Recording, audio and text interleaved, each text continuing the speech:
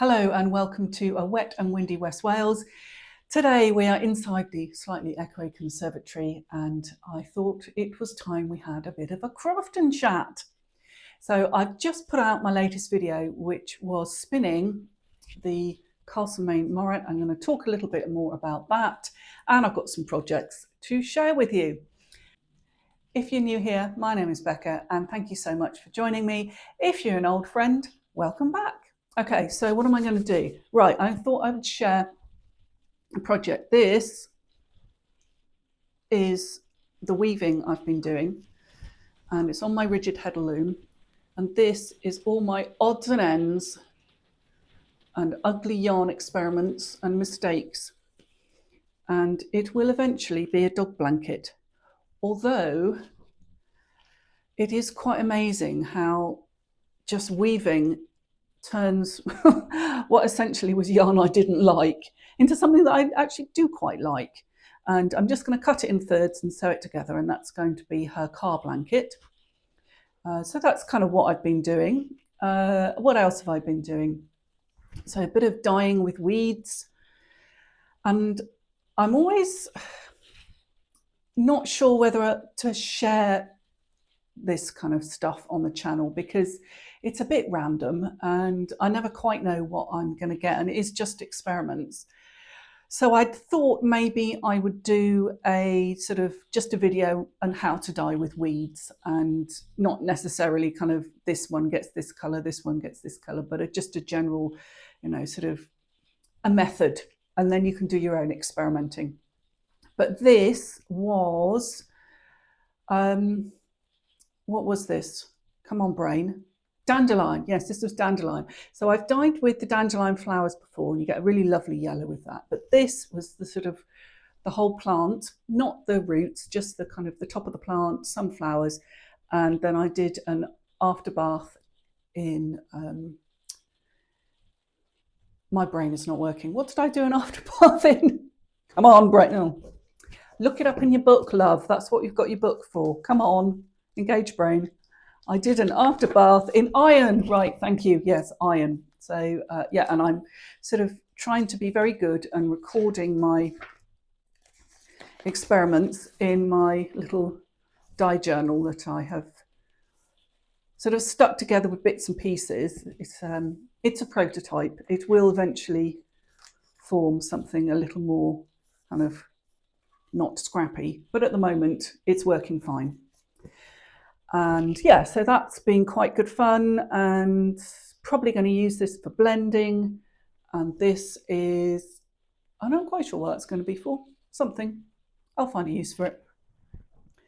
Right. Okay. And what's the other thing? Okay. So if you are on the newsletter, then you will have received by now the spin along sort of breed study form, how to, so that you can record your breed studies.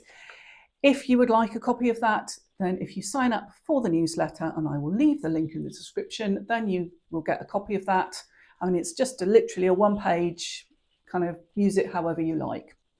The next thing I've been working on is the easy mordanting with alum, and I had just about finished it, and Andrew had proofread it for me, and then I decided I was going to add another couple of pages.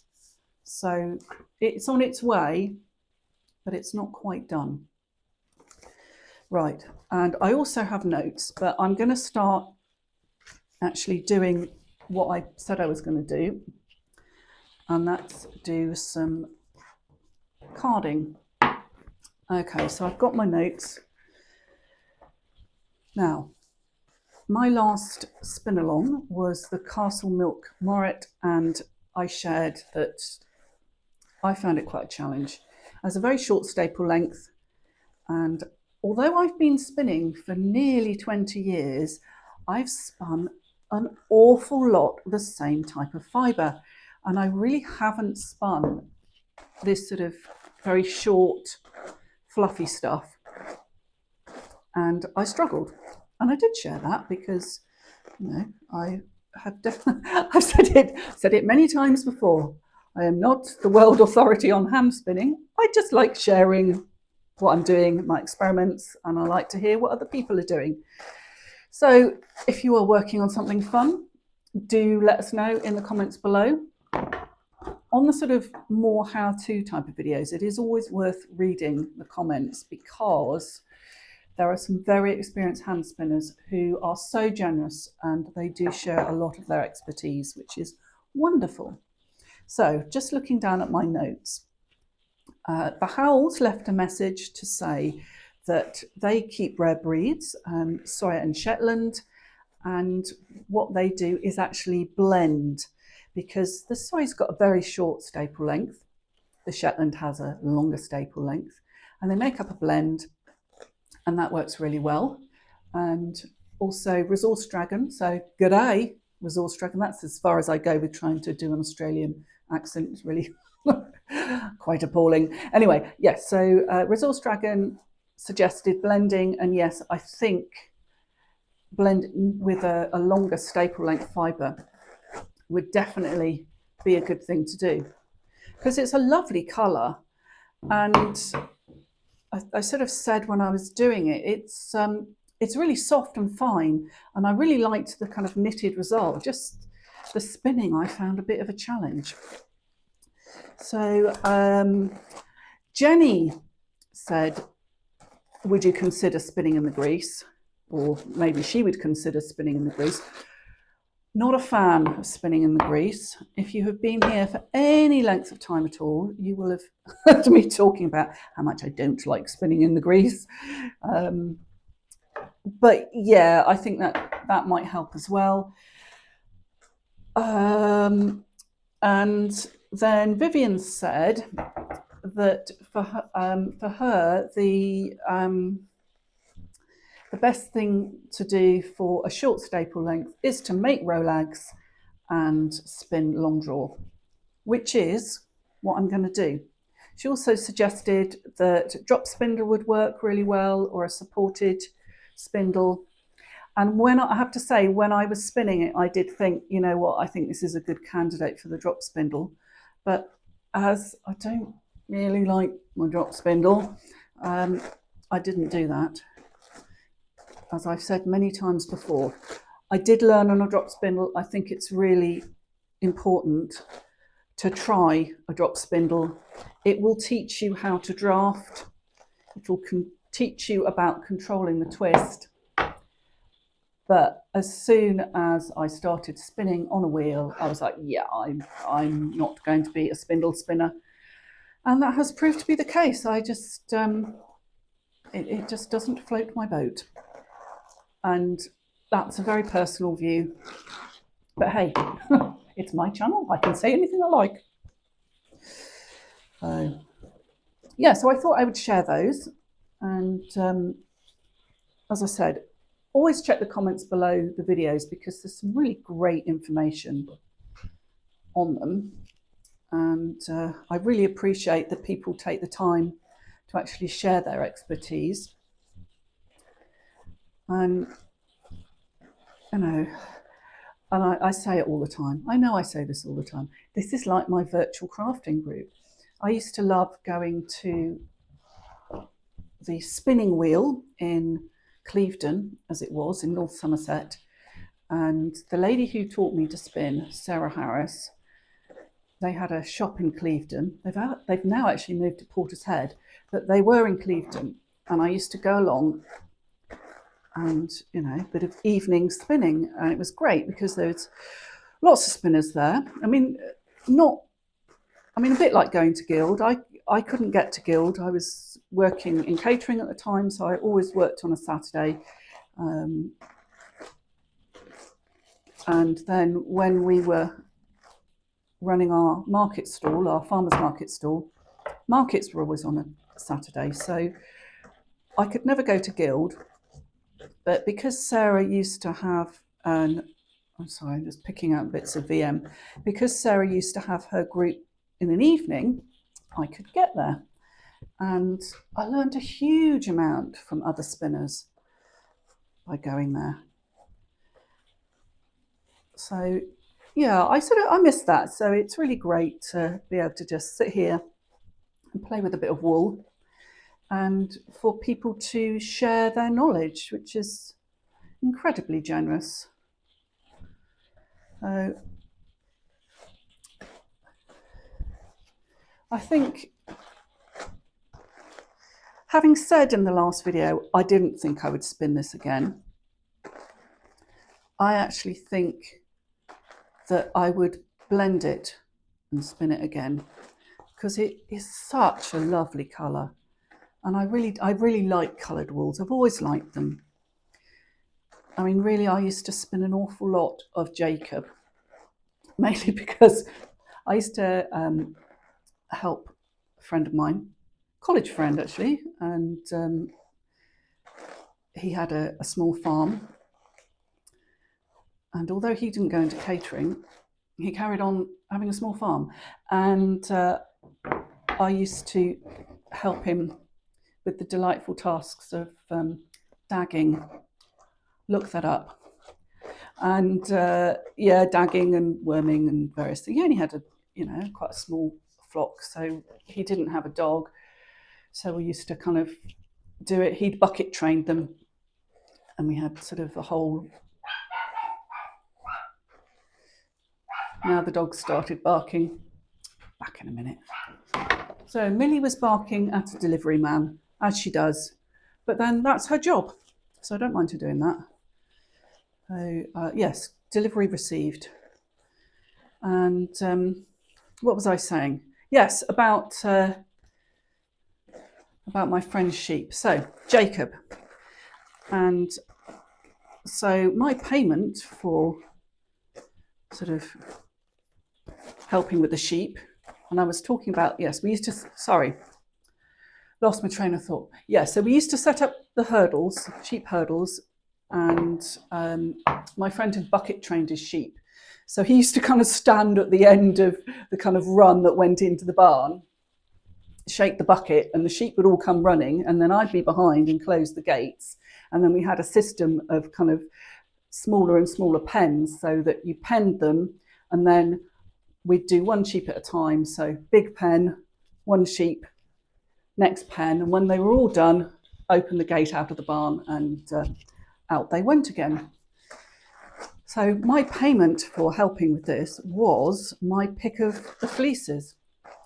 And he had purebred Jacobs, and then every so often he would cross them with a Llyn, because the farmer down the road kept Llyn.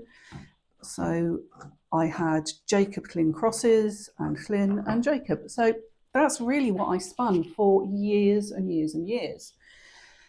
So one of the things I've really enjoyed about doing this rare breed spin along is the fact that I'm getting to spin all these different breeds with these different characteristics, and it's stretching me as a spinner, and I think it's improving my spinning. Now, ages and ages ago, I made a video about, how do you improve your spinning? And I said at the time, I know that by making these videos, it will improve my spinning. And it really has. I mean, I'm still a little bit self-conscious about sharing it, because as I said, I never claimed to be the world's finest hand spinner, but I really love it. It brings me so much joy, and I love sharing it. And I'm delighted that you come along here and listen to me rabbiting on about wool. I think I will try and spin some other things other than wool this year. Definitely want to try a bit more silk. I've spun quite a lot of sari silk and put sari silk in blends, but actually sort of silk with nothing else in, not really done that. Also, I keep wanting to kind of spin linen, but I haven't got around to it. And then, well, who doesn't want to spin nettle after seeing the nettle dress? Not that I've seen the nettle dress. I've seen clips from the nettle dress and read interviews and listened to podcasts about the nettle dress. Not actually watched the film yet. But I am definitely wanting to have a go at that. But I think I'm going to get the Himalayan. I don't know what the Himalayan is. I'm going to get the Himalayan.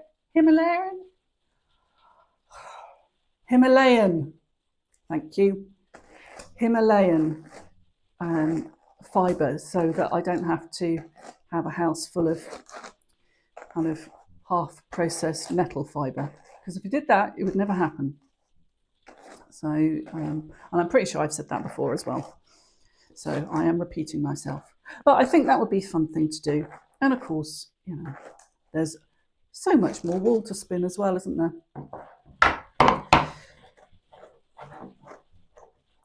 So I have been kind of off the radar a little bit.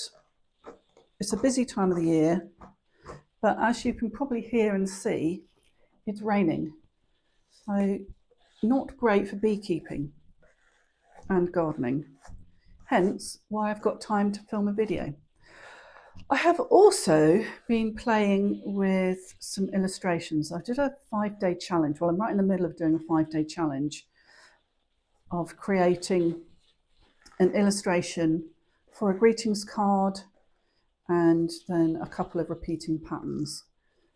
And I've been trying to decide what my illustration style is, because I've got very in the habit of just kind of following trends. Because I sell invitations in my day job, my sort of day job, my other side hustle, illustrations are very trend driven. So I'm quite good at sort of adapting my style to whatever happens to be the sort of the trendy thing, so I can make sales. So what I've been trying to do in this 5-day challenge is actually really find my illustration style. And you might think, because I'm into hand spinning and hand making, that it would be traditional media. And I'll enjoy painting and watercolour and gouache and kind of messing about with paints. But actually for commercial illustration, I really like working digitally, and I've been challenging myself to work in the style I actually like. So again, you would think, because I'm a country lass, that I would like a very traditional style of illustration. And I do like it, and I have got kind of plenty of things that are sort of very chintzy and cottagey. But actually, I do quite like very flat modern graphics.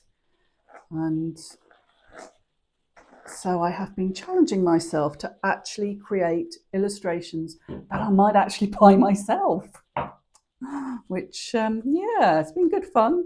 So I'll show you what I've done. And it has been, yeah, it's been good. It has been good. I have enjoyed it. And, you know, let me know what you think. I don't mind.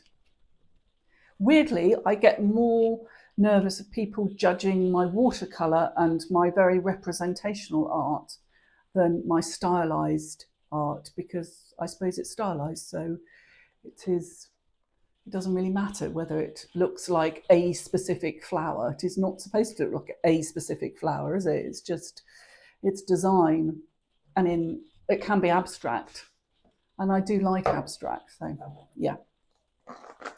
So, well, that didn't take very long to